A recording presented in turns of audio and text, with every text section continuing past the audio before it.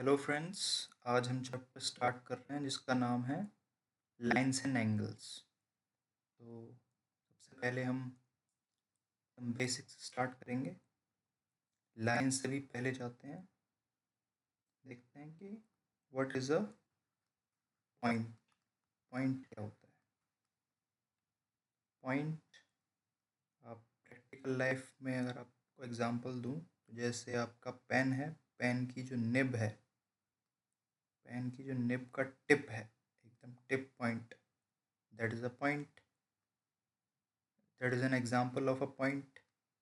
या फिर आपके पास जो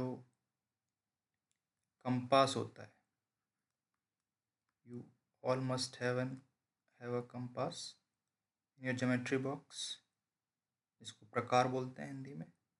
तो उसकी जो चोंच है वो भी क्या है? वो भी एक पॉइंट का एग्जाम्पल है।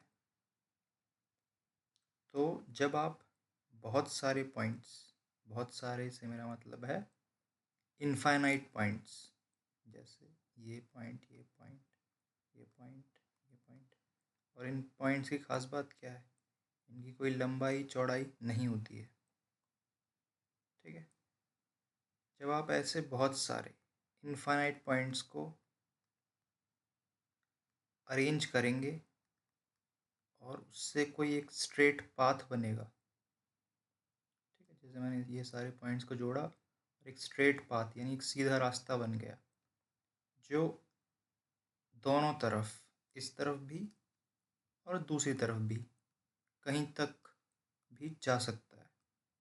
इस पाथ को, इस स्ट्रेट रास्ते को, एक सीधे रास्ते को हम कहेंगे कि ये क्या है? एक लाइन है। ठीक है, दोबारा से बताता हूँ। एक पॉइंट, दो पॉइंट, तीन पॉइंट, ऐसे हमने अनगिनत, जिसको इंग्लिश में कहते हैं इनफाइनाइट, मैंने पॉइंट्स लिए।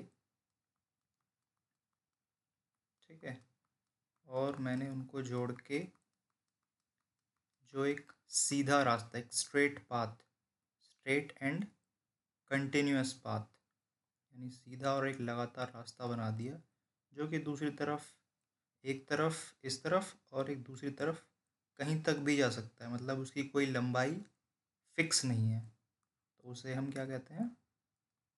लाइन कहते हैं।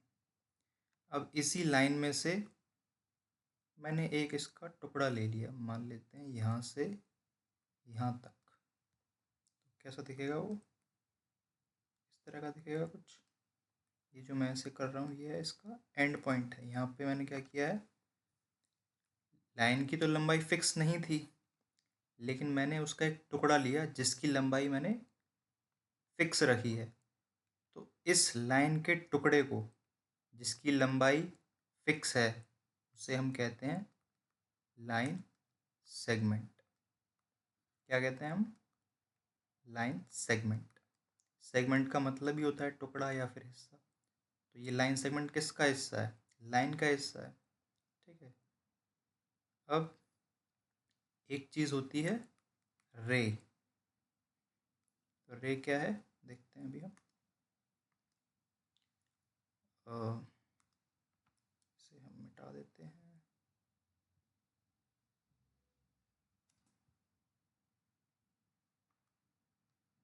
चलिए इसको रहने देते हैं।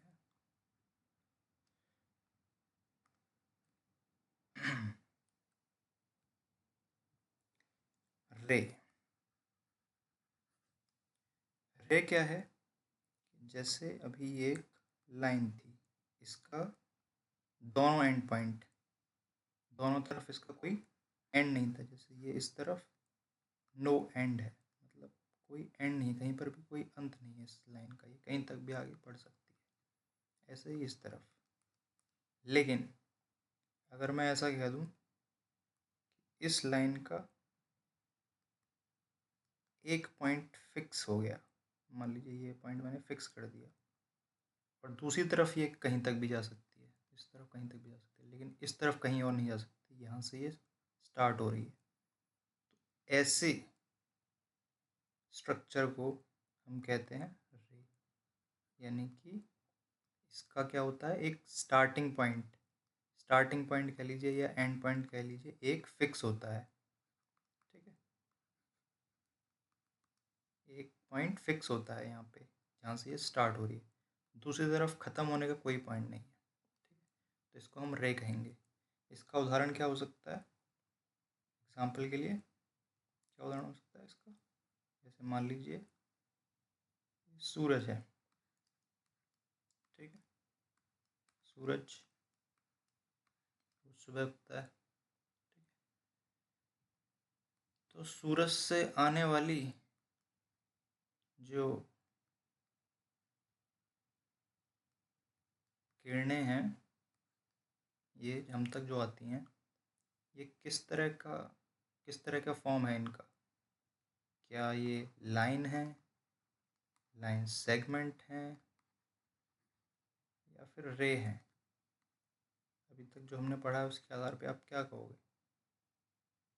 लाइन, लाइन सेगमेंट या फिर रे? तो अगर आप सूरज को मान लेते हो इसका ओरिजिन यानी स्टार्टिंग पॉइंट, सूरज की रोशनी का स्टार्टिंग पॉइंट क्या है? खुद सूरज, वहीं से रोशनी आ रही है, ठीक है। तो इनका एक स्टार्टिंग पॉइंट फिक्स हो गया इन किरणों का। जैसे ये किरण है एक, हिंदी में रे को किरण बोलते हैं, ठीक है। तो वहाँ से सूरज की रेज आ रही हैं, तो उनका एक स्टार्टिंग पॉइंट फिक्स हो गया, और फिर ये हम तक आ रही हैं। हम जैसे हम यहाँ पृथ्वी पर, अर्थ, ये अर्थ है, ठीक है, जिस पे हम रहते हैं, ठीक है, वहाँ से पृथ्वी तक आ रही हैं। तो इनका स्टार्टिंग पॉइंट फिक्स है, एंड पॉइंट फिक्स नहीं है। सिर्फ अर्थ तक नहीं आ रही हैं, आगे भी अनंत तक जा रही हैं। कोई फिक्स इनका लेंथ नहीं है, ठीक है। तो इनका एक पॉइंट फिक्स हो गया और दूसरा पॉइंट फिक्स नहीं है, उसका कोई एंड पॉइंट नहीं है। तो ये जो सन की रेज हो गई वो किसका एग्जांपल हो गया? वो रे का एग्जांपल हो गया, ठीक है। ऐसे ही अगर हम लाइन सेगमेंट का एग्जांपल देखें, तो लाइन सेगमेंट का क्या एग्जांपल हो जाएगा?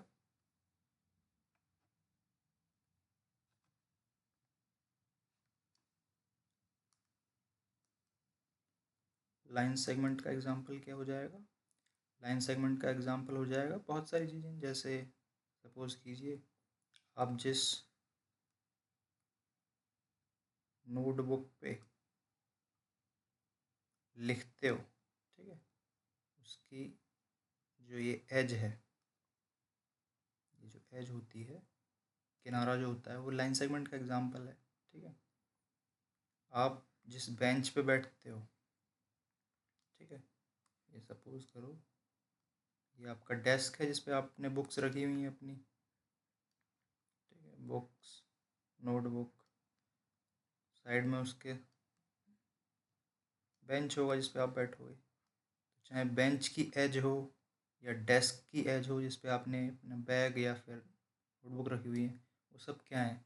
लाइन सेगमेंट का एग्जांपल है। या फिर हम कह सकते हैं आपका कमरा, ठीक है, आपका कमरा की जो दीवार है, दीवार के जो ये एजेस हैं, जो किनारे हैं, जैसे ये किनारा है जो छत को सामने की दीवार से ऊपर समझिए छत है, और यहाँ पे दीवार है। दीवार और छत जहाँ पे मिल रहे हैं, जो किनारा है, वो क्या है? लाइन सेगमेंट का एग्जांपल है, ठीक है। यहाँ पे मान लीजिए आपका दरवाज़ा है, ठीक है, दरवाजे के साइड से जो एज है पूरी, ये लाइन सेगमेंट का एग्जांपल है। दरवाज़ा खुद अपने आप में, जो उसके जो किनारे हैं दरवाजे के, वो भी क्या है? वो भी लाइन सेगमेंट का एग्जांपल है, ठीक है। ऐसे कोई अनगिनत एग्जांपल आप ले सकते हो। आपका जो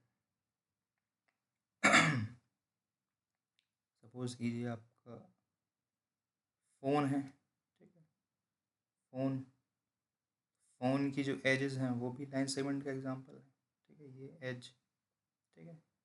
यहाँ कुछ कुछ ऐप्स होंगे इसके अंदर, ठीक है। ये तो जो मोबाइल है उसका भी जो एजेस जो हैं वो क्या है? लाइन सेगमेंट का एग्जांपल है। अब मुझे लगता है आप समझ गए होंगे लाइन सेगमेंट क्या है।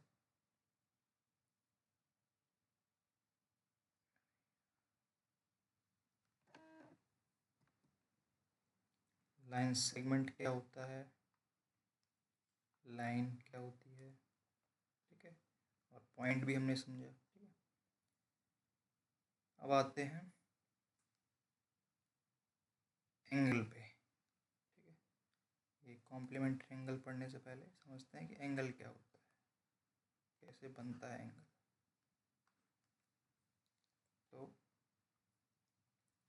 जब दो लाइनें एक दूसरे से मिलती हैं या एक दूसरे को कट करती हैं, जैसे एक लाइन सेगमेंट मैंने ये ले लिया, मान लीजिए इसका मैं नाम दे देता हूँ ए और बी।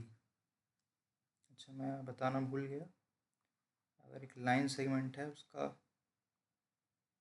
हमें दर्शाना है तो उसका जो नोटेशन होता है वो इस तरह से होता है। अगर मैंने जैसे ए बी लिखा और उसके ऊपर ऐसे लाइन लगा दी, ठीक है, तो मतलब क्या है, ये ए बी लाइन सेगमेंट है। अगर मुझे ए बी लाइन बतानी है तो मैं कैसे दिखाऊंगा इसको, तो मैं दोनों तरफ एरोस लगा दूंगा, मतलब ए बी लाइन की बात कर रहा हूँ मैं। अगर मुझे ए बी एज अ रे दिखानी है तो मैं ए बी रे ऐसे दिखाऊंगा, ठीक है। ये लाइन सेगमेंट के लिए, ये लाइन के लिए, ये रे के लिए, ये तीन नोटेशन है, तो ये ध्यान रखने हैं, ठीक है। जैसे अगर कहीं पे लिखा हुआ है इस तरह से,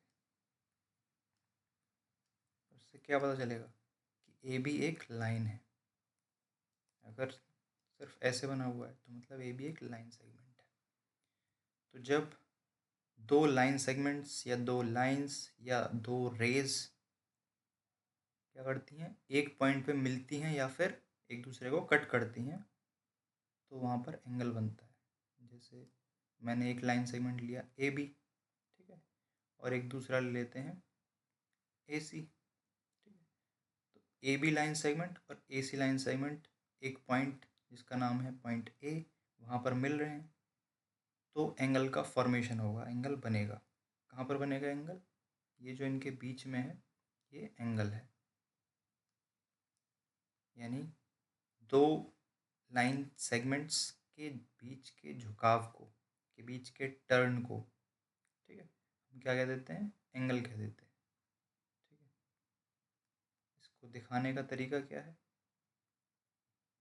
जैसे एंगल बन रहा है पॉइंट ए पे, और इन्वॉल्व कौन कौन से पॉइंट्स हैं इसमें, कौन कौन से लाइन सेगमेंट्स हैं, एक ए बी है और एक ए सी है, ठीक है। तो इसको लिखा जाता है, एंगल बना हुआ है ए पर, और कौन कौन से लाइन सेगमेंट्स हैं, एक है बी ए या ए बी, ठीक है, और एक है ए सी, तो इसको लिखा जाएगा बी ए सी। और क्योंकि ये एक एंगल है तो एंगल का निशान क्या है, नोटेशन क्या है, ये, चाहे आप इसको ऐसे लिख दो या फिर अगर ऐसे भी लिखोगे सी ए बी तो भी सेम ही बात है। चाहे मैं ये कहूँ कि बी ए और सी ए जो दो लाइन सेगमेंट्स हैं उनके बीच में एंगल बन रहा है, या मैं ऐसे कह दूँ कि सी ए और ए बी के बीच में लाइन एंगल बन रहा है, दोनों का मतलब एक ही है, ठीक है। तो इस तरह से एंगल को दिखाने का तरीका है ये, जैसे लाइन सेगमेंट को दिखाने का तरीका ये है, ऐसे एंगल को दिखाने का तरीका ये है। यहाँ पर जो बीच में जो लेटर होगा, बीच में जो अक्षर होगा, वो पॉइंट होता है जिस पे एंगल बनता है। तो जैसे यहाँ पर ए बी बन रहा है तो हमने ए को सेंटर में रखा है, बीच में रखा है, ठीक है। अभी बात करते हैं जो ऊपर लिखा हुआ है कॉम्प्लीमेंट्री एंगल्स क्या होते हैं, ठीक है। एंगल मेरे हिसाब से समझ में आया होगा। कुछ और एग्जांपल ले लेते हैं तो समझ में आ जाएगा।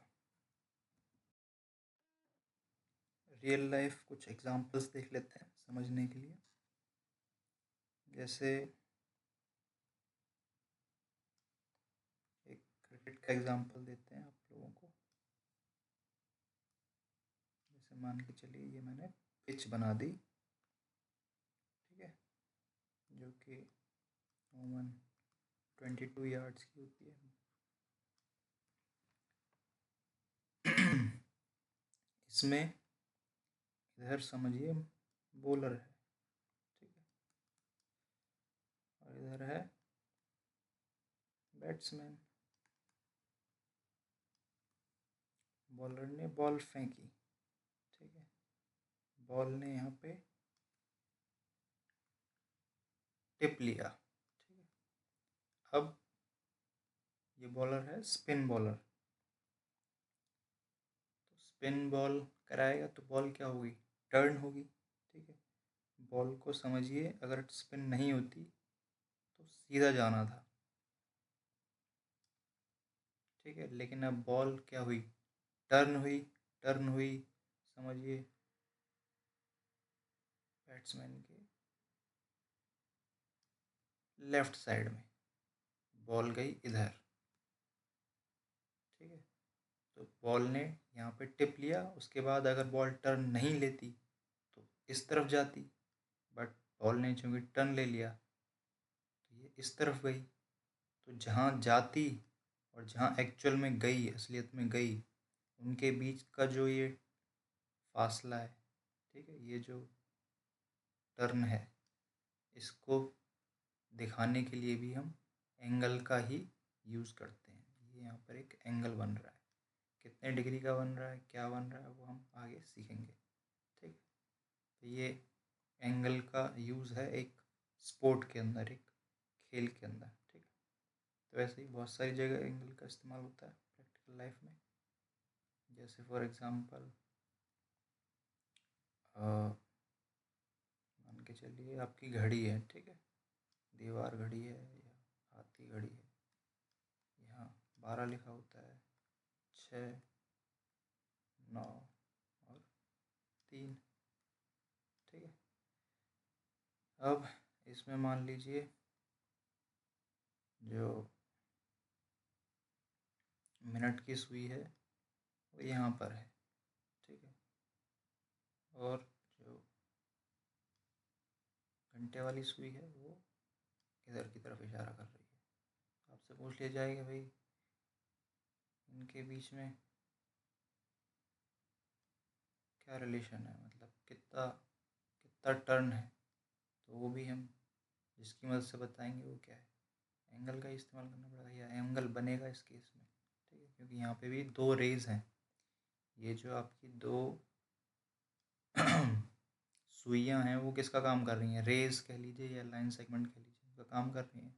जब भी एक पॉइंट पे दो रेज मिलेंगी तो एंगल का फॉर्मेशन होगा।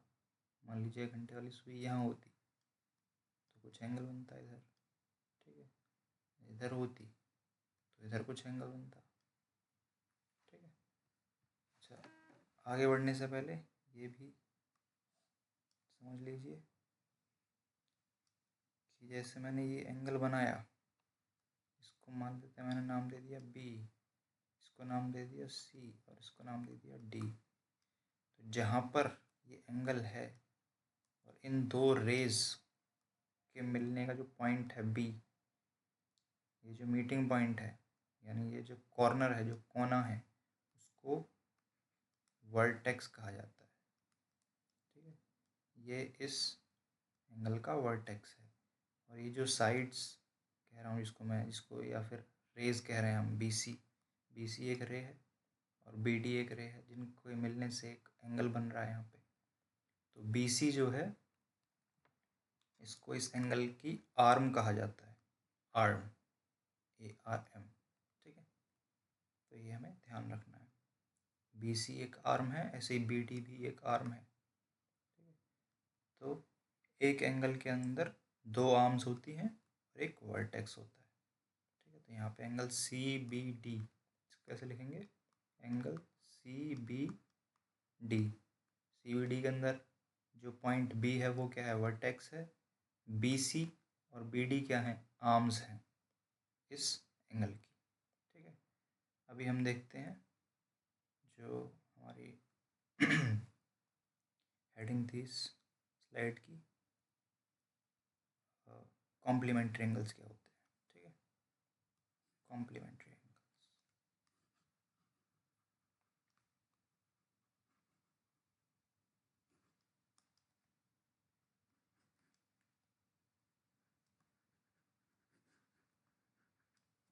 कॉम्प्लीमेंट्री एंगल्स,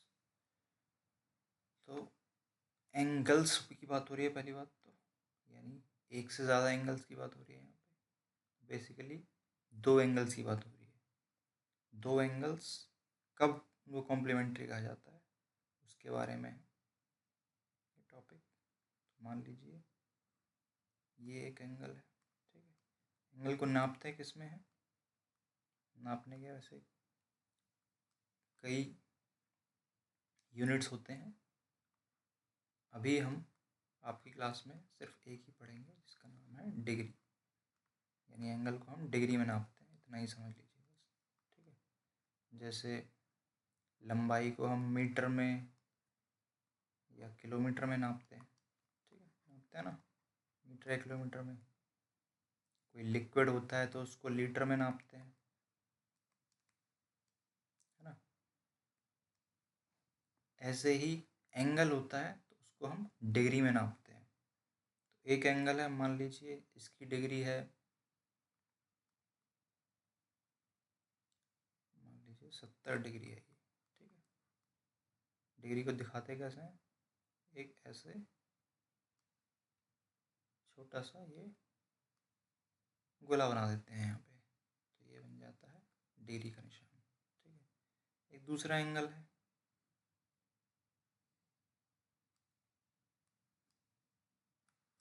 इसका जो मेजरमेंट है, इसका जो नाप है, मान लेते हैं वो है 20 डिग्री, ठीक है। ये 70 डिग्री, ये 20 डिग्री। तो दो एंगल्स जिनका सम क्या होता है, 90 डिग्री होता है। 20 डिग्री प्लस 70 डिग्री कितना हो गया, 90 डिग्री।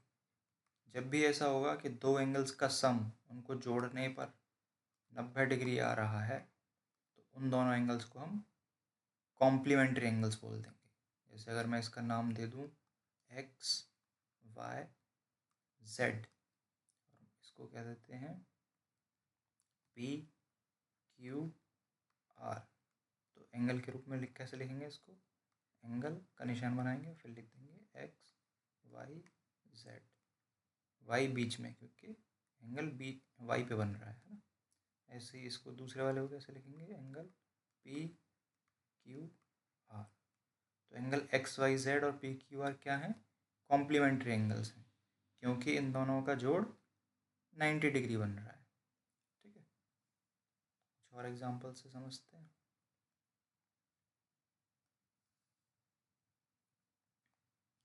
जैसे एक एंगल ये कह दिया मैंने, है ना, मैंने कह दिया एक एंगल ये है ए बी सी, इसका मेजरमेंट है मान लीजिए 35 डिग्री।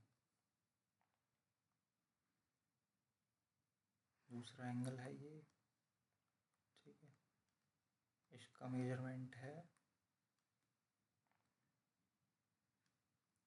मान लेते हैं 55 डिग्री, ठीक है। तो ये पता करना है कि ये कॉम्प्लीमेंट्री है कि नहीं है, तो क्या करना पड़ेगा, जोड़ के देखना पड़ेगा बस। एंगल ए बी सी है 35 डिग्री का, इसका नाम दे देते हैं, मान लेते हैं के आई जे, ठीक है। एंगल है के आई जे, इसका मेजरमेंट है 55 डिग्री। हमने नाप के देखा इसको, सॉरी जोड़ के देखा, 35 प्लस 55 कितना होगा, 5 5 10 का 0 हासिल, ये भी 90 हो गया, ठीक है। तो 90 डिग्री हो गया, यानी कि ये दोनों क्या हो गए, ए बी सी और के आई जे क्या हो गया, कॉम्प्लीमेंट्री हो गए, ठीक है। वैसे ही हम देखेंगे, वैसे ही आपसे सवाल पूछ लिए जाएंगे, आपको बोल दिया जाएगा कि ये एंगल है, ठीक है, इसका मेजरमेंट है, वो दे देंगे कि भाई इसका मेजरमेंट है 48 डिग्री, इसका कॉम्प्लीमेंट्री एंगल बता दो।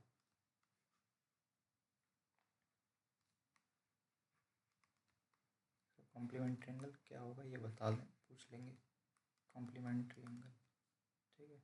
मान लेते हैं इसका नाम दे देते हैं कुछ भी, ए बी सी दे देते हैं, दे देंगे कि ए बी सी एक एंगल है जिसका मेजरमेंट है 48 डिग्री, उसका कॉम्प्लीमेंट्री एंगल बताओ। तो कैसे निकालेंगे कॉम्प्लीमेंट्री, हमें पता है कि भाई कॉम्प्लीमेंट्री एंगल होने के लिए क्या चाहिए? जो दो एंगल हैं उनका सम 90 डिग्री होना चाहिए। उसमें से एक हमको दे रखा है 48 डिग्री, दूसरा निकालने के लिए क्या करेंगे?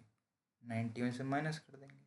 90 में से 48 डिग्री माइनस करोगे तो कितना आएगा? 42 आ जाएगा। ठीक है, तो 42 डिग्री हो जाएगा इस एंगल ABC का कॉम्प्लीमेंट्री एंगल। ठीक है,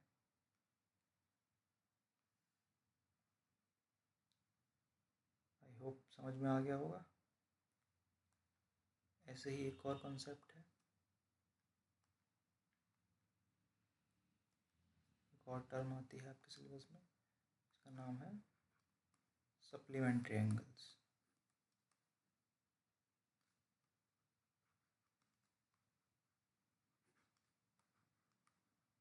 यहाँ पे भी एंगल्स है, यानी एक एंगल की बात नहीं हो रही है, एक से ज़्यादा की बात हो रही है। ठीक है, तो एग्जैक्टली दो एंगल्स की बात हो रही है यहाँ पे भी, कॉम्प्लीमेंट्री की तरह ही। दो एंगल्स को सप्लीमेंट्री कब कहा जाता है? दो एंगल्स को सप्लीमेंट्री कहा जाता है when their sum is equal to 180 degree. ठीक है, कॉम्प्लीमेंट्री के लिए सम 90 होना चाहिए और सप्लीमेंट्री के लिए सम 180 डिग्री होना चाहिए। जैसे मान लेते हैं कि एग्जांपल लेके बताते हैं। एक एंगल है जिसका मेजरमेंट, ठीक है, मान लीजिए 110 डिग्री दे रखा है। तो ये आपने पढ़ा होगा पिछली क्लासेस में। अगर कोई एंगल जिसका मेजरमेंट 110 डिग्री है, मतलब 90 से ज़्यादा है और 180 से कम है, तो उसको क्या बोलते हैं? तो कहते हैं ऑब्ट्यूज एंगल, राइट। तो ये एक ऑब्ट्यूज एंगल है। ठीक है, तो पूछ लिया जाएगा कि भाई 110 डिग्री ये एंगल है, ठीक है, इसका नाम दे देंगे वो कुछ MNO दे देंगे। पूछेंगे बताओ इसका सप्लीमेंट्री एंगल क्या होगा, तो हमें पता है सप्लीमेंट्री एंगल होने के लिए सम कितना चाहिए? 180 डिग्री। एंगल MNO हमें गिवन है, कितना है? 110 डिग्री। तो इसका सप्लीमेंट्री एंगल कितना हो जाएगा?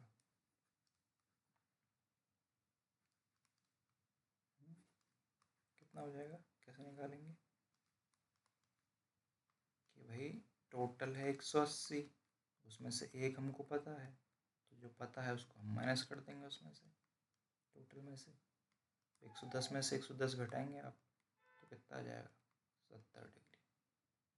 ठीक है, 70 डिग्री हो जाएगा इस MNO एंगल का जो सप्लीमेंट्री एंगल होगा वो। ठीक है,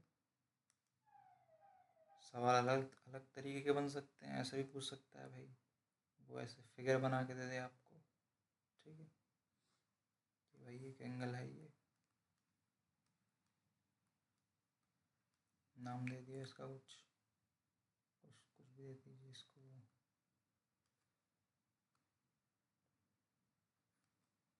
ZYX। ठीक है, इसका मेजरमेंट दे दिया उसने मान के चलिए 85 डिग्री दे दिया। ठीक है, एक दूसरा एंगल दिया, उसका मेजरमेंट दे दिया 97 डिग्री। पूछा, इसका नाम दे दिया, मान लेते हैं GHI। ठीक है, पूछ लिया आर दे सप्लीमेंट्री और नॉट, पूछ लिया सप्लीमेंट्री है कि नहीं है। ठीक है,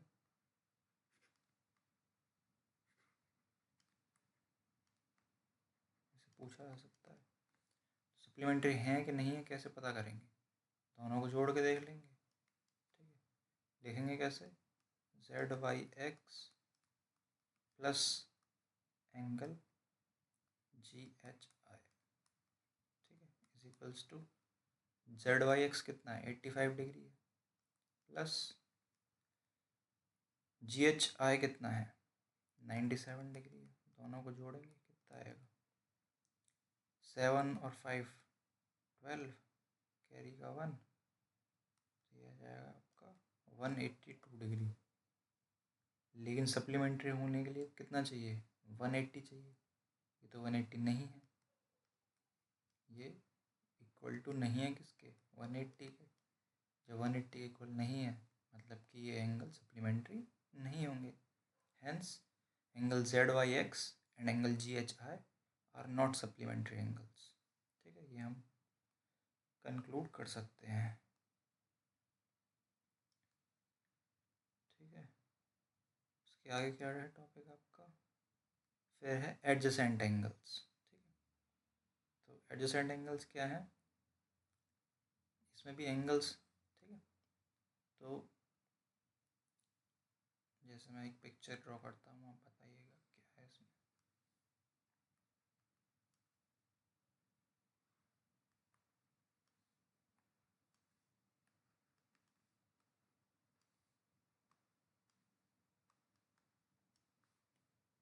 ठीक है, इसमें कौन कौन से एंगल आपको दिख रहे हैं? अगर आप इतना ही फिगर देखोगे, यहाँ से मैं लाइन डबल इस पर फिर आ रहा हूँ, ये वाला जो है इसका नाम क्या हुआ? एंगल ABD, जो किससे मिलके बना है? दो लाइन सेगमेंट्स हैं या दो रेज कह लीजिए। रे एक है AB और एक है BD, इनके मिलने से बना है एंगल ABD। ठीक है, और रे CB और BD के मिलने से बना है एंगल BDC। ठीक है, यहाँ पे एक जो रे है वो कॉमन है। कौन सी है वो? BD।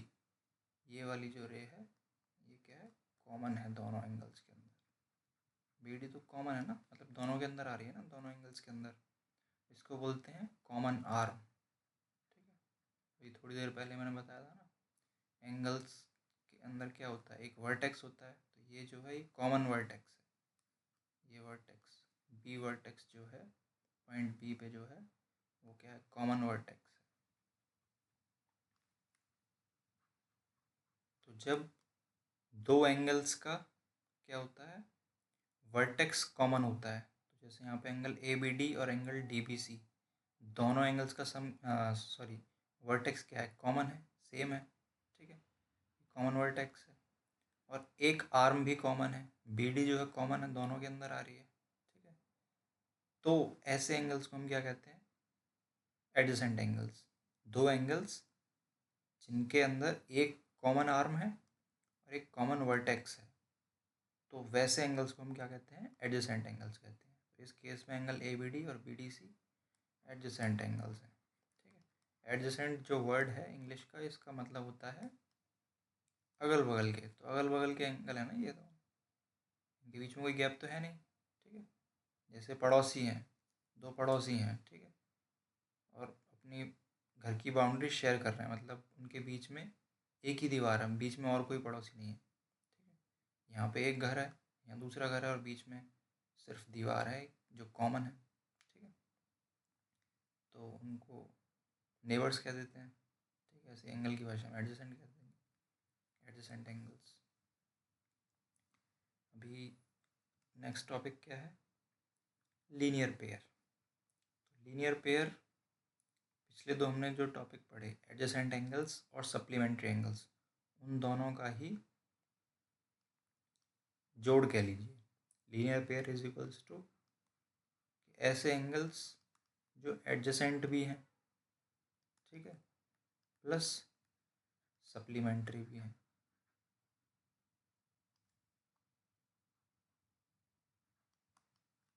तो वो जो एंगल्स होते हैं वो लीनियर पेयर कहा जाता है उसको।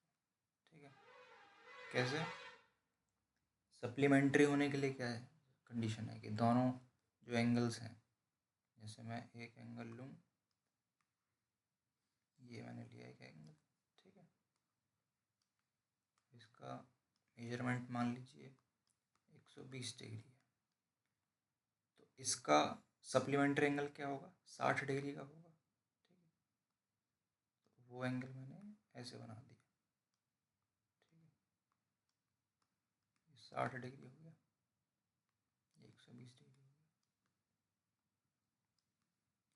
सप्लीमेंट्री एंगल हो गए क्योंकि इन दोनों का सम क्या हो गया 180 डिग्री हो गया। अब इन सप्लीमेंट्री एंगल्स को अगर मैं एडजेसेंट भी कर दूँ, यानी कि इन दोनों को जोड़ के मैं एक ऐसा एंगल बना दूँ,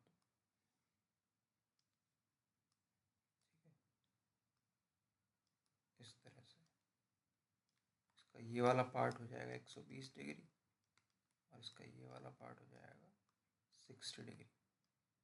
क्या किया मैंने, इस वाली आर्म को इस वाली आर्म के ऊपर ही रख दिया मैंने, ठीक है, दोनों को मर्ज कर दिया, दोनों को मिला दिया। तो क्या होगा, दोनों में जो अलग अलग जो आर्म थी वो क्या हुई, कॉमन आर्म होगी, ठीक है, कॉमन आर्म हो गई, यहाँ पे कॉमन आर्म हो गई। और ये जो वर्टेक्स है जहाँ पे ये मिल रहे हैं दोनों एंगल्स, ये कॉमन वर्टेक्स हो गया। तो जब दो एंगल्स का वर्टेक्स कॉमन हो जाए और एक उनके बीच में कॉमन आर्म हो जाए तो वैसे एंगल्स को क्या बोलते हैं, एडजेसेंट एंगल्स बोलते हैं, अभी हमने पढ़ा था, ठीक है।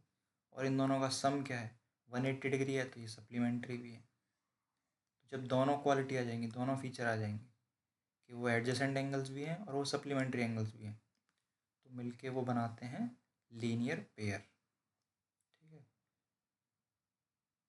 शब्द पे अगर जाएँ हम, पेयर मतलब होता है जोड़ा, तो जोड़ा है यहाँ पे दो एंगल्स का, ठीक है।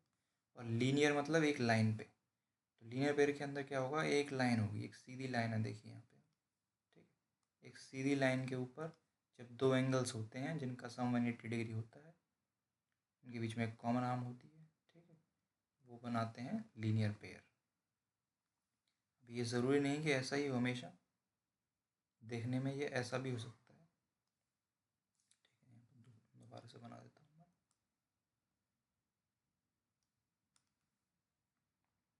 लीनियर पेयर ऐसा भी दिख सकता है क्योंकि ये भी तो एक सीधी ही लाइन है ना, यहाँ पे कुछ 110 डिग्री है मान लीजिए, ठीक है, ये 70 डिग्री है, दोनों का सम क्या हो गया 180 हो गया, यानी कि ये क्या है, सप्लीमेंट्री एंगल है, ठीक है।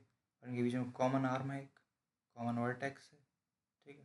तो ये एडजेसेंट एंगल भी हो गया, यानी कि एक लीनियर पेयर हो गया, ठीक है। तो ध्यान रखना है लीनियर पेयर में जो एंगल्स होंगे उनका सम क्या होगा 180 डिग्री ही होगा, ठीक है। जैसे सप्लीमेंट्री एंगल्स में होता है वैसे लीनियर पेयर भी हमेशा 180 डिग्री फॉर्म करेगा, ठीक है। आगे बढ़ते हैं, आगे टॉपिक है, अभी हमने एंगल्स के बारे में पढ़ा, ठीक है, क्या क्या पढ़ा, लीनियर पेयर पढ़ा, उससे पहले एडजेसेंट एंगल्स पढ़े, ठीक है, क्या होते हैं, सप्लीमेंट्री एंगल्स क्या होते हैं, कॉम्प्लीमेंट्री एंगल्स क्या होते हैं, ये सब हमने पढ़ा, ठीक है, एंगल से स्टार्ट करके। ऐसे ही हमने लाइंस पढ़ा था कि लाइन क्या होती है, कि इनफाइनाइट पॉइंट्स जब एक स्ट्रेट पाथ पे मिल जाते हैं, एक सीधे रास्ते पे जब आप बहुत सारे पॉइंट्स को मिलाओगे और एक सीधा रास्ता बना दोगे, उस सीधे रास्ते को ही हम क्या कह देते हैं, लाइन कह देते हैं, ठीक है, ये लाइन हो गई। तो अब लाइन कैसी हो सकती है, लाइन इंटरसेक्टिंग हो सकती है, लाइन पैरेलल हो सकती है, लाइन ट्रांसवर्सल हो सकती है, ठीक है। तो यहाँ पे भी लाइंस की बात हो रही है, यानी एक से ज़्यादा लाइन्स की बात हो रही है, लाइन की बात हो रही है। इंटरसेक्टिंग लाइंस किनको कहते हैं, इंटरसेक्ट का मतलब होता है जो एक दूसरे को काटेंगे, इंटरसेक्ट मतलब काटना, इंटरसेक्ट करना मतलब काटना। क्या होगा, एक लाइन ऐसे जा रही है, ठीक है, एक दूसरी लाइन आएगी वो इसको काट देगी, इस पॉइंट पे एक दूसरे को काट रही हैं, ठीक है, कट कर रही हैं। लाइन मान लीजिए इस वाली लाइन का हम कुछ भी नाम दे दें, जैसे मैं कह दूँ कि ये भाई लाइन पी है, ठीक है। जो लाइन होती है उसको ऐसे भी बताया, मैंने अभी बताया था कि ऐसे भी दर्शा सकते हैं, दो कैपिटल अक्षर मैंने लिए, ठीक है, और उनके ऊपर इस तरह से लाइन बना दी, और स्मॉल लेटर्स से भी बनाया रिप्रेजेंट किया जा सकता है लाइन को, यानी पी से भी दर्शाया जा सकता है, मतलब जो भी छोटे ABCD हैं उनसे हम लाइन को दिखा सकते हैं, शो कर सकते हैं। ऐसे ही मान लीजिए ये एक लाइन है क्यू, पी और क्यू लाइन जहाँ मिल रहे हैं, मान लीजिए इस पॉइंट का नाम है डी पॉइंट पे मिल रहे हैं, तो ये जो पॉइंट है इसको कहेंगे पॉइंट ऑफ इंटरसेक्शन। दो लाइंस जहाँ एक दूसरे को कट करती हैं वहाँ पे उस पॉइंट को बोलते हैं पॉइंट ऑफ इंटरसेक्शन। ठीक है, पॉइंट ऑफ इंटरसेक्शन हो गया ये डी पॉइंट। तो लाइन या तो ऐसी हो सकती है कि भाई जब उनको आगे बढ़ाएंगे तो वो एक दूसरे को कट कर देंगी। ठीक है, जैसे और समझ लेते हैं, जैसे ये लाइन है, ठीक है, ये यहाँ पे इंटरसेक्ट नहीं कर रही, लेकिन इसको आगे बढ़ाओगे तो इंटरसेक्ट करेंगी, है ना। आगे बढ़ाओगे तो इस पॉइंट पे ये इंटरसेक्ट कर देंगी। अभी नहीं दिख रही है यहाँ तक, लेकिन आगे बढ़ाओगे तो इंटरसेक्ट कर देंगी। मतलब कि इंटरसेक्टिंग लाइंस के बीच की खासियत क्या है कि उनके बीच की जो दूरी होती है वो फिक्स नहीं होती है। अभी जैसे यहाँ पे कुछ है, यहाँ पे कुछ अलग हो गई, यहाँ पे कम हो गई दूरी, यहाँ पे और कम हो गई, इन दोनों लाइंस के बीच एक पॉइंट ऐसा आएगा कि ये दूरी बिल्कुल ख़त्म हो जाएगी और उसी पॉइंट को हम क्या कहेंगे, पॉइंट ऑफ इंटरसेक्शन, जहाँ पे एक दूसरे को कट करेंगे। ठीक है, अब ऐसे ही और क्या हो सकता है, ये तो लाइन्स हो गई कट कर रही हैं एक दूसरे को, ऐसी भी तो लाइन हो सकती हैं जो नहीं कट करेंगे एक दूसरे को। जैसे मान लो एक लाइन ये है, ठीक है, एक दूसरी लाइन ये है।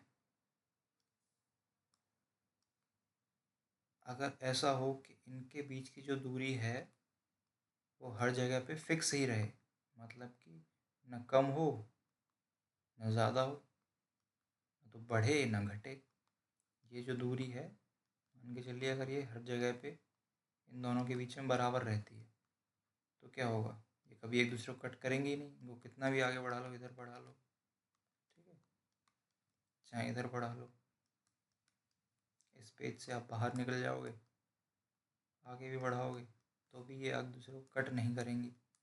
अगर ऐसी उनके अंदर खासियत है कि उनके बीच की जो दूरी है वो फिक्स है हर पॉइंट पे, ठीक है, वो कम ज़्यादा नहीं हो रही है, तो ऐसी लाइंस को हम कहते हैं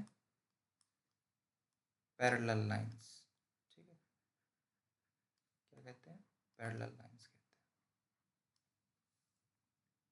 ठीक है, पहले हमने क्या पढ़ा था, इंटरसेक्टिंग लाइंस जो एक दूसरे को एक पॉइंट पे जाके कट करती हैं, और एक होती हैं पैरेलल लाइंस जो एक दूसरे को कट नहीं करेंगी चाहे उन्हें कितना भी आगे बढ़ाया जाए।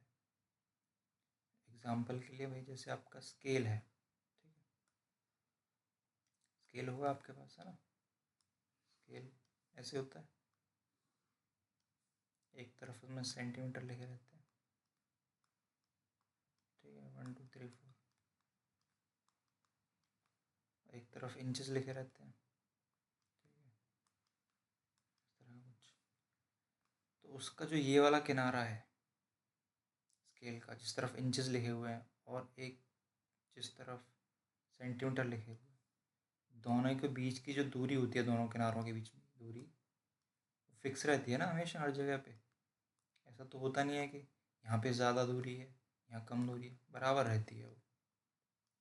तो क्या होता है, ये जो किनारे हैं इस स्केल के वो किसका उदाहरण है, ये किनारा और ये एज, ठीक है, सेंटीमीटर वाली साइड और ये इंच वाली साइड, ये किसका एग्जांपल है, ये पैरेलल लाइंस का एग्जांपल है।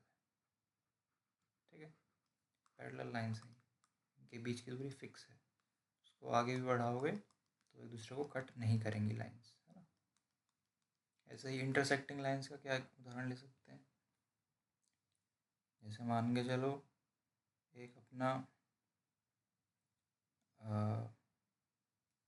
ऐसे आइसक्रीम ले लो यार, आइसक्रीम का जो कोन होता है, आइसक्रीम का कोन ऐसे होता है, ठीक है, ट्रायंगल की शेप का ही होता है ना, इस तरह का कोन की शेप का। तो इसका ये जो किनारा है ये भी एक लाइन ही है, लाइन सेगमेंट है, ठीक है, जैसे एक ये लाइन सेगमेंट है, ये लाइन कह लो, ठीक है। तो ये दोनों जो लाइंस हैं वो एक पॉइंट पे जाके मिल रही हैं ना लास्ट में, इनके बीच की दूरी यहाँ तो ज़्यादा थी, जैसे जैसे हम आगे बढ़ते जाएंगे दूरी कम होती जाएगी, फिर एक पॉइंट ऐसा आएगा ये पॉइंट, ये वाला पॉइंट जहाँ पे वो दोनों लाइंस क्या होती हैं, दूसरे से मिल जाती हैं। ठीक है, तो ये कैसी लाइंस हुई, ये हो गई इंटरसेक्टिंग लाइंस।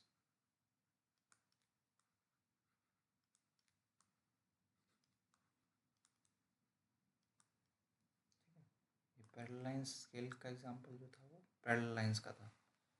कोन जो है, जो आप आइसक्रीम का कोन खाते हो, वो क्या है, वो इंटरसेक्टिंग लाइंस है उसकी जो बना रहे हैं। ठीक है, और एग्जांपल सोच सकते हो आप, सोच के मुझे बताना कमेंट करके।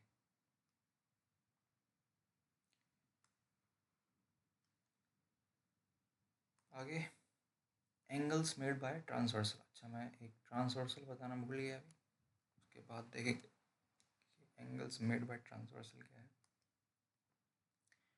ट्रांसवर्सल देखते हैं, जैसे हमने पहले केस में देखा transversal lines, sorry intersecting lines, इस तरह की लाइंस थी, इनके बीच की दूरी फिक्स नहीं है, बराबर नहीं है, यहाँ पे ज़्यादा है यहाँ पे कम है, आगे जाएंगे तो एक दूसरे को कट कर देंगे, ये इंटरसेक्टिंग लाइंस हो गई। कोई एक तीसरी लाइन है जो इन दोनों को किसी फिक्स पॉइंट पे काट रही है। ठीक है, ये लाइन है, मान लीजिए ये दो लाइंस थी पी क्यू जो इंटरसेक्टिंग लाइंस थी। एक तीसरी लाइन है एन जो इस वाली लाइन को मान लीजिए यहाँ पे पॉइंट एक्स पे और इस वाली लाइन को यहाँ पे पॉइंट वाई पे कट कर रही है। तो एक लाइन जो दो इंटरसेक्टिंग लाइंस या फिर दो या दो से ज़्यादा भी हो सकती है, पैरेलल लाइंस को किसी पॉइंट पे कट करती है। ठीक है, चाहे वो पैरेलल लाइंस हो चाहे वो इंटरसेक्टिंग लाइंस हो। अगर एक तीसरी लाइन है, ठीक है, जो इन दोनों को किसी पॉइंट्स पे कट कर रही है, तो वो जो तीसरी लाइन है वो क्या हो जाएगी, वो ट्रांसवर्सल हो जाएगी। ठीक है, ट्रांसवर्सल या फिर ट्रांसवर्सल लाइन भी कहते हैं। ठीक है, तो ये जिसको काट रही है वो पैरेलल लाइंस भी हो सकती हैं और वो इंटरसेक्टिंग लाइंस भी हो सकती हैं।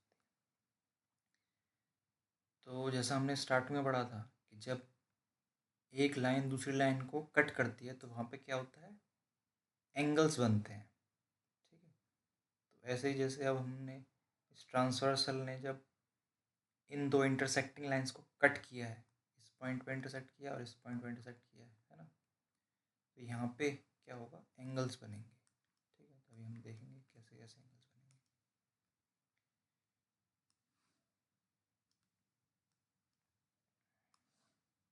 ठीक है, ये देखने से आपको कैसी लाइन लग रही है, पैरेलल लाइंस या फिर इंटरसेक्टिंग लाइंस?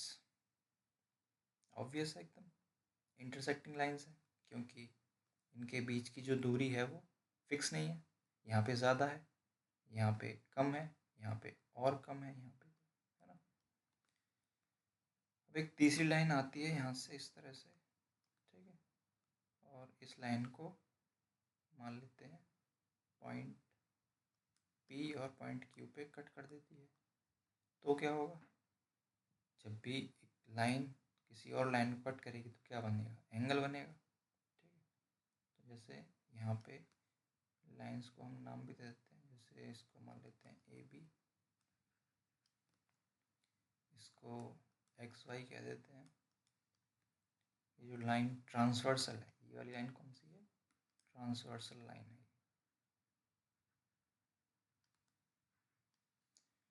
इस ट्रांसवर्सल लाइन का भी कुछ नाम दे देते हैं, मान लेते हैं ये है एम एन। ठीक है, तो जब एम एन ने ए बी और एक्स वाई को कट किया तो कई सारे एंगल्स बनेंगे। ठीक है, कौन कौन से एंगल्स होंगे वो देखते हैं।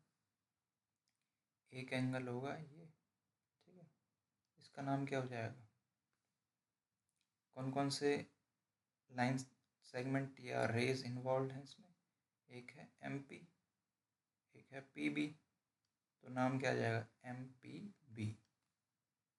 इसको लिखेंगे कैसे, एंगल एम पी बी।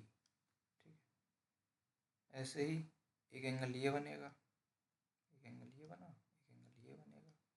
इसमें कौन कौन इन्वॉल्व है, एक है ए पी लाइन सेगमेंट और एक है MP, ठीक है। तो इसको जब नाम देंगे तो हम क्या देंगे, APM, एंगल APM। इसको ऐसे भी लिख सकते हैं, एंगल MPA, एक ही बात है वो, ठीक है। एक एंगल ये बनेगा, इसको क्या कहेंगे, एंगल APQ, क्योंकि इसमें ये इन्वॉल्व है और ये इन्वॉल्व है, APQ। तो इसको लिखेंगे ऐसे, एंगल APQ। ऐसे ही एक एंगल यहाँ पे भी बनेगा, इसका नाम क्या है, इसमें कौन कौन इन्वॉल्व है, BP और PQ। तो एंगल बन जाएगा एंगल BPQ, ठीक है। ऐसे ही यहाँ पे ये कितने एंगल हो गए, 4 एंगल यहाँ पे बने। ऐसे ही जब MN ने XY को कट किया तो वहाँ पे भी 4 एंगल बनेंगे, ये होगा, ये होगा, ये होगा, ये होगा, ठीक है। इनका नाम रखना होगा तो कैसे रखेंगे, ये हो जाएगा PQY, एंगल PQY हो जाएगा एक। ये वाला क्या हो जाएगा, PQX, ठीक है, PQX हो जाएगा ये हो जाएगा एंगल YQN। एक कौन सा रह गया अभी, ये छूट गया मेरे से, ये वाला, ये क्या हो जाएगा, angle XQN, angle X, sorry, ये हो जाएगा एंगल XQN। तो इस तरह से 8 एंगल्स बनेंगे। अब इनकी कुछ कुछ नाम भी होंगे और कुछ इनकी प्रॉपर्टीज़ होंगी जो कि हमें ध्यान रखनी है, जिनके आधार पे हमसे सवाल पूछे जाएंगे, ठीक है।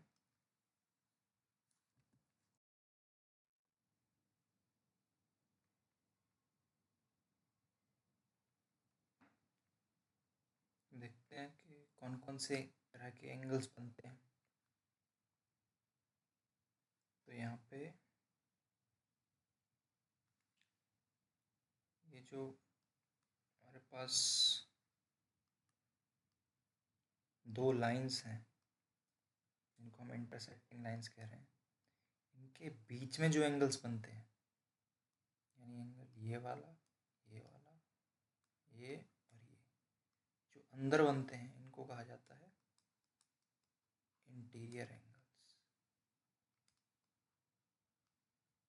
Interior angles.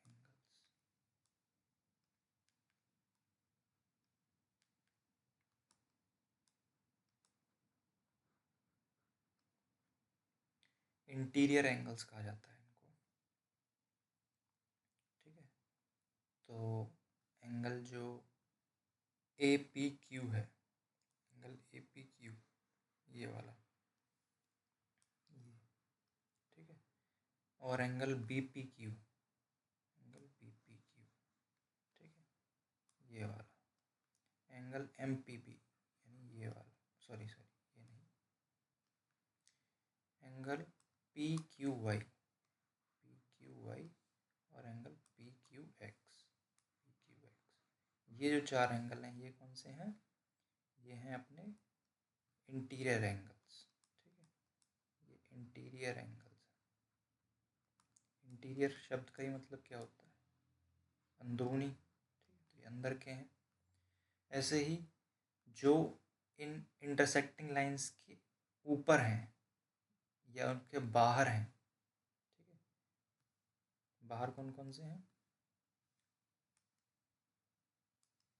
ये जो है, ठीक है, ये वाला एंगल, ये एंगल, ये एंगल और ये एंगल। नाम से बताएं तो एंगल MPB, जिसको मैं पीले में दिखा रहा हूँ, पीले कलर से, एंगल APM, ठीक है, एंगल YQN यानी ये वाला, और एंगल XQN यानी ये वाला, ठीक है। ये जो बाहर वाले एंगल्स हैं, इनको नाम दिया गया है एक्सटीरियर एंगल। कौन से, एक्सटीरियर एंगल्स, ठीक है। तो जब एक ट्रांसवर्सल दो इंटरसेक्टिंग लाइंस को कट करती है तो 8 एंगल्स बनते हैं, जिसमें से जो बीच के एंगल्स होते हैं, जो इंटरसेक्टिंग लाइंस के बीच के एंगल होते हैं, 4 होते हैं संख्या में, उनको कहते हैं इंटीरियर एंगल्स। और 4 जो बाहर होते हैं उनको कहा जाता है एक्सटीरियर एंगल।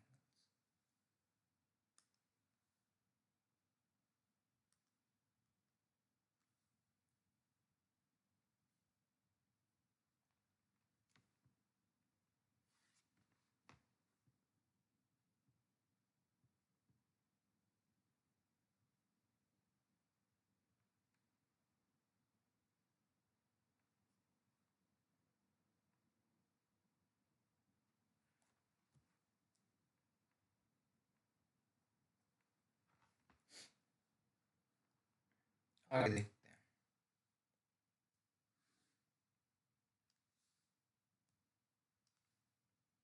ये हैं दो पैरेलल लाइंस अपने पास, ठीक है। अभी हमने देखा था इंटरसेक्टिंग लाइंस, अभी हम पैरेलल लाइंस को देखते हैं। उसके केस में भी वही होगा, ट्रांसवर्सल लाइन है ये, ठीक है। जब इसको कट करेंगे तो इस तरह से 8 एंगल्स बनेंगे, 4 यहाँ पे और 4 यहाँ पे, ठीक है। इस तरह से 8 एंगल्स बनेंगे। जो ये बाहर वाले एंगल्स होंगे उनको कहा जाएगा एक्सटीरियर एंगल्स। जो इन पैरेलल लाइंस के बीच में एंगल बनेंगे, ये ये और ये कैसे हो जाएंगे, ये हो जाएंगे इंटीरियर एंगल्स, ठीक है। इसके अलावा कुछ एंगल्स होते हैं जो जोड़े में होते हैं, पेयर्स में होते हैं, और उनकी कुछ प्रॉपर्टी होती है कि वो जोड़े में होंगे, आपस में बराबर होंगे, कुछ का जोड़ जो होगा वो 180 के बराबर होगा। तो हम देखते हैं कौन कौन से एंगल हैं। इसी कड़ी में है, एक है अपने करस्पॉन्डिंग एंगल्स, ठीक है। करस्पॉन्डिंग एंगल्स, करस्पॉन्डिंग एंगल्स कौन कौन से होते हैं, तो मैं सुविधा के लिए इन एंगल्स को पूरा नाम देने के बजाय इनको शॉर्ट में नाम दे रहा हूँ। जैसे इसको मैं कह रहा हूँ ये एंगल 1 है, ये एंगल 2 है, ये एंगल 3 है, ये एंगल 4 है, ये 5 है, ये 6, ये 7 और ये 8, ताकि समझने में आसानी रहे। तो एंगल 1 जो है, एंगल 1 किस तरह का है कि ये जो अपनी पैरेलल लाइंस हैं उसके राइट साइड में है, ठीक है। ऊपर वाली जो अपनी पैरेलल लाइन है उसके राइट साइड में है। ऐसे ही नीचे वाली जो पैरेलल लाइन है उसके राइट साइड में कौन सा एंगल है, बिल्कुल वैसी पोजीशन में एंगल 5 है। ये भी देखो, इसकी पोजीशन और इसकी पोजीशन एक जैसी है ना, इनका जो शेप बन रहा है एंगल का लगभग एक जैसा बन रहा है। तो ये क्या होता है, इनको करस्पॉन्डिंग एंगल्स बोलते हैं, और इनका जो मेजरमेंट है वो बराबर होता है, यानी एंगल 1 एंगल 5 के बराबर होगा। अगर एंगल 1 50 डिग्री का है तो एंगल 5 भी 50 डिग्री का ही होगा। और कौन कौन से होते हैं करस्पॉन्डिंग एंगल्स, ऐसे ही राइट साइड में नीचे की तरफ कौन सा एंगल बन रहा है, एंगल 4 बन रहा है। ऐसे ही यहाँ पे नीचे वाली लाइन पे राइट साइड में नीचे की तरफ कौन सा एंगल बन रहा है, एंगल 8 बन रहा है। तो एंगल 4 और एंगल 8 भी क्या है, करस्पॉन्डिंग एंगल्स हैं, और उनका भी मेजरमेंट बराबर होता है। ऐसे ही एंगल जो 2 है, ये जो 2 है लेफ्ट साइड में ऊपर, ऐसे ही यहाँ पर इस वाली लाइन में लेफ्ट साइड में ऊपर की तरफ कौन है, 6 है। तो एंगल जो 2 है वो 6 के बराबर होता है। और एंगल जो 3 है वो क्या है, लेफ्ट साइड में नीचे, ऊपर वाली लाइन में आप देखोगे तो लेफ्ट साइड में नीचे की तरफ है। ऐसे ही यहाँ पे नीचे वाली लाइन में कौन है लेफ्ट साइड में नीचे, एंगल 7 है। एंगल 3 और एंगल 7 भी क्या है, करस्पॉन्डिंग एंगल्स और उनका सम भी बराबर, उनका मेजरमेंट भी बराबर होता है। ठीक है, तो ये करस्पॉन्डिंग एंगल्स के पेयर हैं। 1 5 के बराबर, 4 8 के बराबर, 2 6 के बराबर और 3 7 के बराबर। ठीक है, ऐसे ही और देखते हैं और कौन कौन से एंगल होते हैं।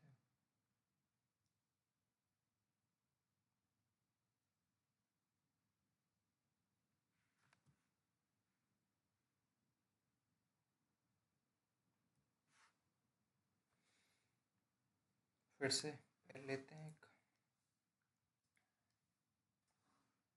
पैरेलल लाइन से, ठीक है, एक ट्रांसवर्सल लाइन ने इसको कट किया, इनको कट किया, 8 एंगल्स बने।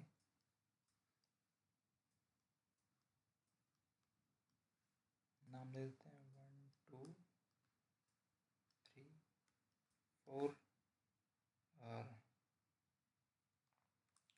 5 6 7 और 8। ठीक है, फिर से देखते हैं दूसरा टाइप ऑफ एंगल्स। एक होते हैं vertically opposite angles, vertically opposite angles. Vertically opposite यानी एक दूसरे के अपोजिट होते हैं बेसिकली। ठीक है, वर्टिकली अपोजिट पे फोकस कीजिए। तो 1 के अपोजिट एंगल कौन सा है इन चारों में? 1 के अपोजिट एंगल 4 है ना, एक दूसरे के अपोजिट है ना ये। ऐसे 2 के अपोजिट कौन सा है? 4 है। 1 के अपोजिट 3, सॉरी 1 के अपोजिट 3, 2 के अपोजिट 4। तो एंगल 1 के अपोजिट कौन सा है? एंगल 3 है। इसको कहते हैं वर्टिकली अपोजिट एंगल्स, और ये भी आपस में बराबर होते हैं। ऐसे 2 के अपोजिट क्या है? एंगल 4 है, 2 4 के बराबर होगा। ऐसे ही 5 के अपोजिट कौन सा एंगल है? 7 है, तो एंगल 5 और 7 भी आपस में बराबर है। ऐसे ही 6 के अपोजिट क्या है? 8 है, तो एंगल 6 एंगल 8 के बराबर है। समझ में आया? इन्हें कहते हैं वर्टिकली अपोजिट एंगल्स। एंगल 1 के अपोजिट एंगल 3, एंगल 2 के अपोजिट एंगल 4, एंगल 5 के अपोजिट 7 और एंगल 6 के अपोजिट एंगल 8। ठीक है, आगे चलते हैं।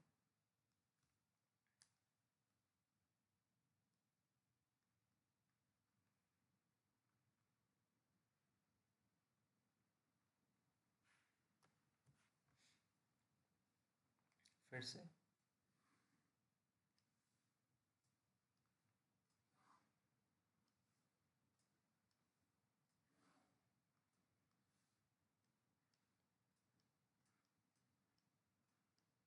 Angle 1, angle 2, angle 3, angle 4, angle 5, angle 6, angle 7 और एंगल 8।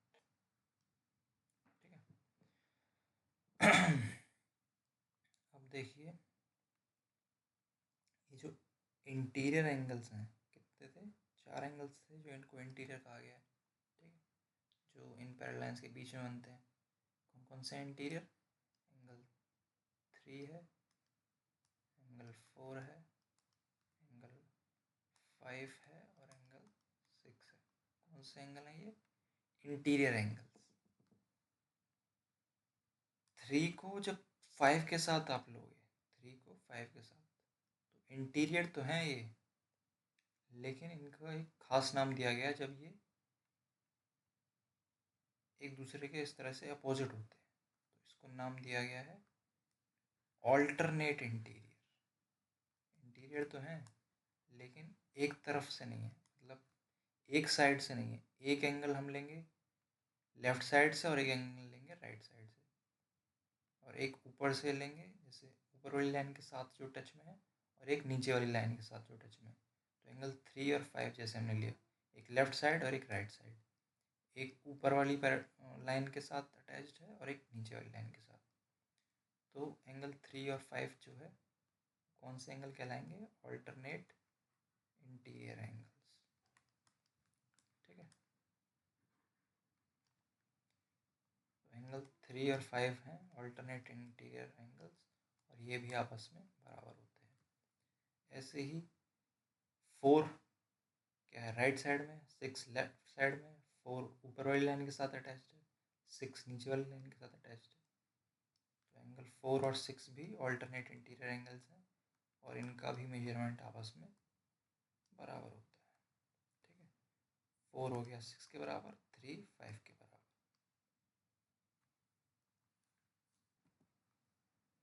इसी तरह से ऑल्टरनेट एक्सटीरियर एंगल्स भी होते हैं।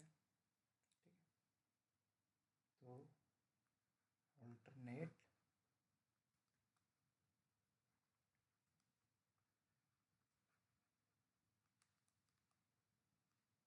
एक्सटीरियर एंगल्स भी होते हैं, मतलब कि ऑल्टरनेट जब लग जाएगा तो एक हम लेफ्ट साइड से लेंगे और एक राइट साइड से, ट्रांसवर्सल के एक लेफ्ट साइड से एक राइट साइड से। ठीक है, तो जैसे लेफ्ट साइड में मैंने ले लिया 7, तो राइट साइड में ये नहीं है कि मैं 8 लूँगा, इसके साथ में लूँगा मैं 1, क्योंकि ये हमें क्या करना है, एक एंगल लेना है नीचे वाली लाइन के साथ जुड़ा हुआ और एक ऊपर वाली लाइन के साथ जुड़ा हुआ, और दोनों दूसरे अलग अलग साइड से, एक लेफ्ट साइड और एक राइट साइड। तो ऑल्टरनेट एक्सटीरियर एंगल्स में क्या क्या आ जाएगा, एंगल 1 और एंगल 7 आपस में बराबर हो जाएंगे। ऐसे ही दूसरा पेयर क्या बन जाएगा, एंगल जो 2 है, ये जो 2 है ये 8 के बराबर हो जाएगा, 2 इज इक्वल्स टू एंगल 8। ठीक है, एक्सटीरियर हैं 1 2 7 और 8 एक्सटीरियर एंगल्स हैं, उसमें से 2 और 8 जो है वो आपस में बराबर होंगे। ठीक है, क्योंकि ये ऑल्टरनेट पोजीशंस पे है। ऑल्टरनेट मतलब कि एक लेफ्ट साइड में, एक राइट साइड में, एक ऊपर की तरफ है, एक नीचे की तरफ है। ऐसे ही दूसरा पेयर है 1 और 7, ये भी आपस में बराबर होंगे। एक लास्ट चीज़ और आपके काम की जो रह गई है वो और बता देते हैं। इससे जुड़े हुए, इस टॉपिक से जुड़े हुए जो क्वेश्चंस हैं वो हम अगली क्लास में करेंगे। तब तक आप ये थ्योरी एक बार क्लियर कर लीजिए, है ना। लास्ट चीज़ जो रह गई वो रह गई interior angles on the same side of transversal. ठीक है, जैसे ये पैरेलल लाइंस को एक ट्रांसवर्सल ने कट किया, यहाँ पे एंगल बने कुछ 8। ठीक है, 1 2 3 4 5 6 7 और 8। इसमें से angle 3, angle 4, angle 5 and angle 6 जो है वो क्या है, इंटीरियर एंगल्स हैं। अब इसमें से ये देखिए, जो एंगल 4 और एंगल 5 है वो क्या है, वो राइट साइड में है, यानी एक साइड में ही है। इसी को कहा जाता है interior angles on the same side of transversal. ये ट्रांसवर्सल है, ठीक है, इसके सेम साइड पे है ना एंगल 4 और 5। ऐसे एंगल 3 और 6 भी सेम साइड पे है। ठीक है, तो ये है एंगल 4 और 5 सेम साइड पे, एक साइड पे राइट साइड पे, और 3 और 6 हैं लेफ्ट साइड पे।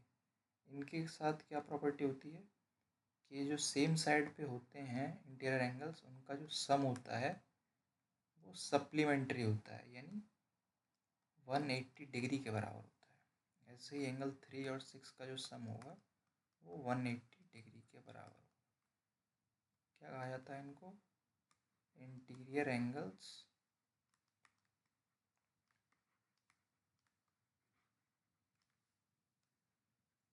On the same side of transverse. ठीक है, interior angles on the same side of transversal जो होते हैं, जैसे एंगल 4 और 5, उनका सम 180 डिग्री होता है। यहाँ पे 4 और 5 का 180 डिग्री है, यहाँ पे 3 और 6, 3 ये और ये 6। तो आई होप जितनी भी चीज़ें मैंने बताई वो समझ में आई होंगी आपके। ठीक है, एक बार और इसको गो थ्रू कीजिएगा, फिर नेक्स्ट क्लास में हम करेंगे इससे रिलेटेड जो भी क्वेश्चंस बनते हैं। ठीक है, एक बार रिवाइज कर लेते हैं हमने क्या क्या पढ़ा स्टार्टिंग से। सबसे पहले हमने पढ़ा, चैप्टर का नाम था लाइंस एंड एंगल्स। लाइंस की शुरुआत कहाँ से होती है? पॉइंट्स। ठीक, जब बहुत सारे इनफाइनाइट पॉइंट्स मिल जाते हैं और एक स्ट्रेट पाथ पे आ जाते हैं, एक स्ट्रेट पाथ में जुड़ जाते हैं, तो वो लाइन की फॉर्मेशन होती है, वहाँ से लाइन बनती है। लाइन का आप एक छोटा सा टुकड़ा लेते हो, ठीक है, जिसकी लंबाई फिक्स होती है, तो उसको हम बोलते हैं लाइन सेगमेंट। सेगमेंट मतलब टुकड़ा। अगर एक लाइन है जिसका एक पॉइंट फिक्स है और दूसरा पॉइंट फिक्स नहीं है, यानी वो कहीं तक भी जा सकती है दूसरी तरफ, इसका एग्जांपल हमने देखा था सन रेज, तो उसे हम कहते हैं रे। ठीक है, उसके बाद हमने कुछ प्रैक्टिकल एग्जांपल्स देखे थे लाइन सेगमेंट्स के। ठीक है, उसके बाद हमने देखा कॉम्प्लीमेंट्री एंगल्स क्या होते हैं, दो एंगल्स जिनका सम क्या होता है 180 डिग्री होता है। ठीक है, एंगल देखा, उसके बाद हमने कॉम्प्लीमेंट्री एंगल देखा। तो एंगल कब बनता है? जब दो लाइन सेगमेंट्स या दो रेज मिलती हैं, तो उनके बीच के जो टर्न होता है उसको एंगल बोलते हैं। कॉम्प्लीमेंट्री एंगल्स भी देखा, और हमने देखा कि लाइन सेगमेंट, लाइन और रेज को नोटेशन क्या होता है उनका, कैसे शो करते हैं, वो हमने देखा। ठीक है, फिर कॉम्प्लीमेंट्री के बाद हमने सप्लीमेंट्री एंगल्स का भी देखा। सप्लीमेंट्री एंगल्स कौन से होते हैं? जिनका सम 180 डिग्री होता है। उसके बाद हमने एडजेसेंट एंगल्स देखे। ठीक है, दो एंगल्स जिनकी एक कॉमन आर्म होती है और कॉमन वर्टेक्स होता है। ठीक है, उसको हम एडजेसेंट एंगल्स बोलते हैं। उसके बाद हमने देखा लीनियर पेयर। लीनियर पेयर में क्या होता है? सप्लीमेंट्री एंगल्स और एडजेसेंट एंगल्स दोनों की खासियत होती है।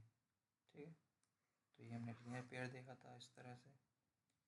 उसके बाद हमने देखा था इंटरसेक्टिंग लाइंस क्या होती हैं, दो लाइंस जिनके बीच की दूरी घटती बढ़ती रहती है, जिसकी वजह से वो किसी एक पॉइंट पे जाके एक दूसरे को कट कर देती हैं। ठीक है, वो कहलाती हैं इंटरसेक्टिंग लाइंस। ठीक है, उसके बाद हमने देखा था पैरेलल लाइंस।